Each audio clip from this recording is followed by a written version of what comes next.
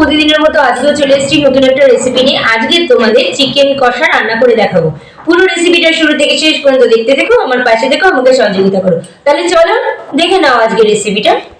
তেলটা আমার গরম হয়ে গেছে, এবার আলুগুলো আমি এক এক করে তেলের মধ্যে অ্যাড করে দিচ্ছি।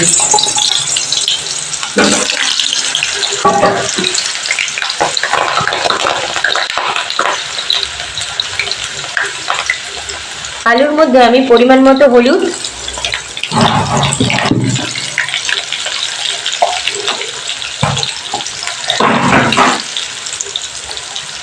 পরিমাণ মতো লবণ অ্যাড করে দিলাম। এবার আলুটাকে আমি লাল লাল করে ভালো করে ভেজে নেব।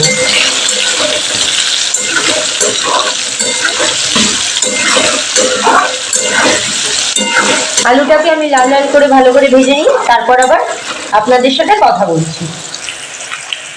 দেখো আলুটাকে আমি ভালো করে লাল লাল করে ভেজে নিয়েছি। এবার আলুটাকে আমি একটি পাত্রের মধ্যে তুলে নিচ্ছি।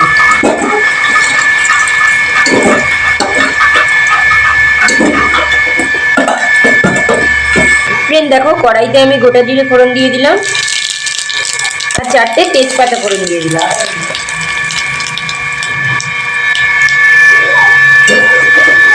এবার আমি একটু ভালো করে নেড়ে নিচ্ছি।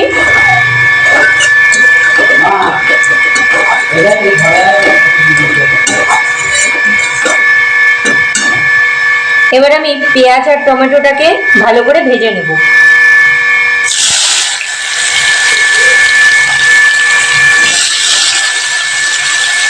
পেঁয়াজ আর টমেটো কিছুটা আমি অ্যাড করে দিলাম।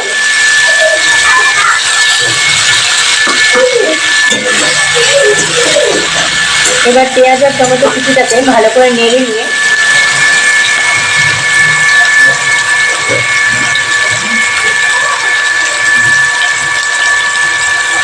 পরিমাণ মতো হলুদ,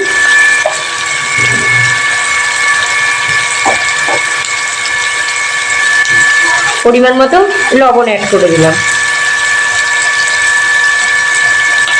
আরো কিছুটা লবণ আমি এর মধ্যে অ্যাড করে দিলাম। এবার আমি পেঁয়াজ আর টমেটোটাকে ভালো করে লাল লাল করে ভেজে নেব।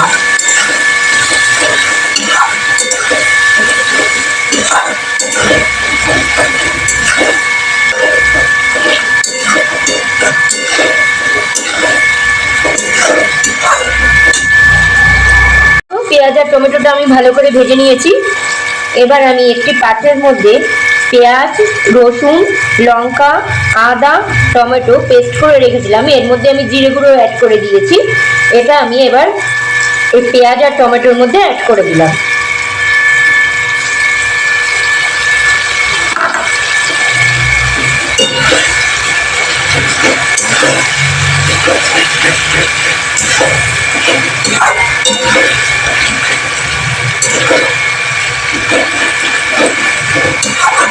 এবার আমি একটু ভালো করে নেড়ে নিচ্ছি। সামান্য পরিমাণ একটু হলুদ অ্যাড করে দিলাম।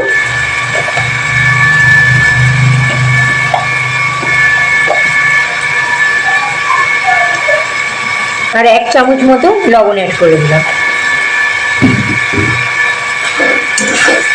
এবার আমি মশলাটাকে ভালো করে কষিয়ে নেব অনেকক্ষণ ধরে।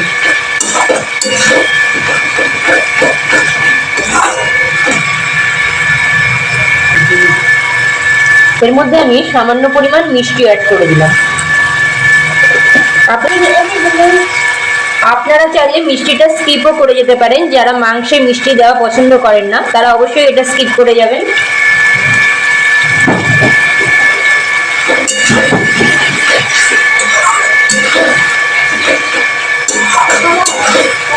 এবার আমি মশলাটাকে অনেকক্ষণ ধরে ভালো করে কষিয়ে নেব।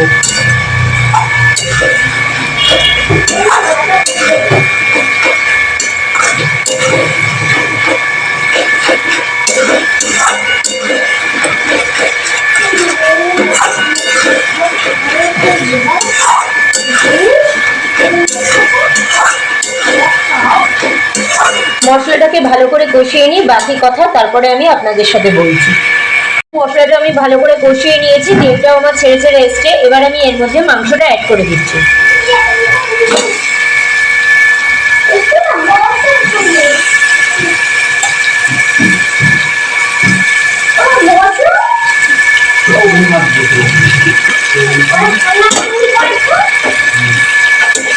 মাংসটা দিয়ে এই মশলাটাকে আমি ভালো করে কষিয়ে নেব।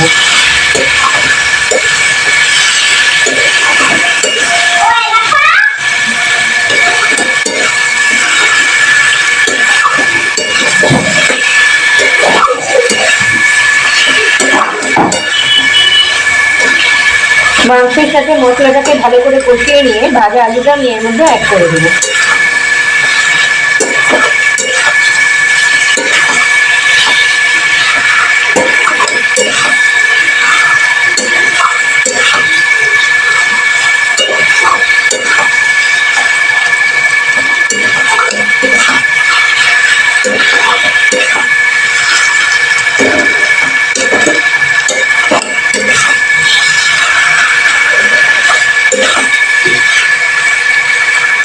ফ্রেন্ড দেখো কি সুন্দর একটা কালার এসছে, দেখতেও খুব ভালো লাগছে।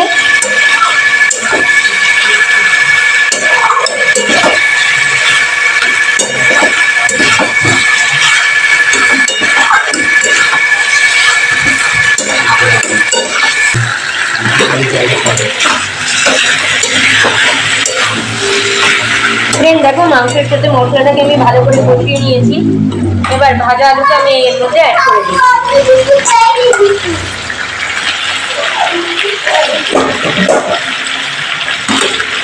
এবার আমি আরেকটু ভালো করে কষিয়ে নিচ্ছি।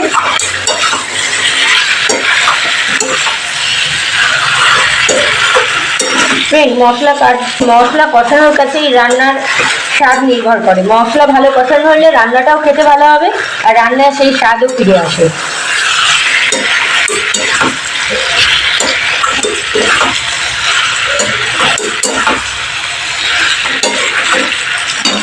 এবার আমি এর মধ্যে কিছুটা জল অ্যাড করে দিচ্ছি।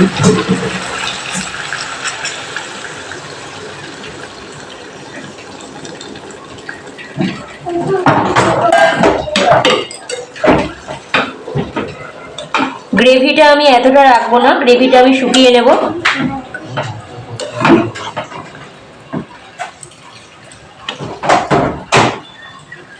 এবার মাংসটাকে আমি একটু ভালো করে ফুটিয়ে নিই, তারপর আমি আবার বাকি কথা আপনাদের সাথে বলবো।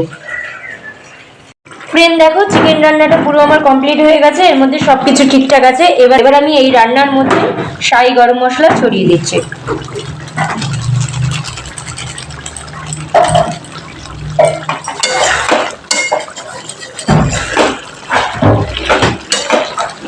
এবার আমি একটু ভালো করে নেড়ে নিচ্ছি।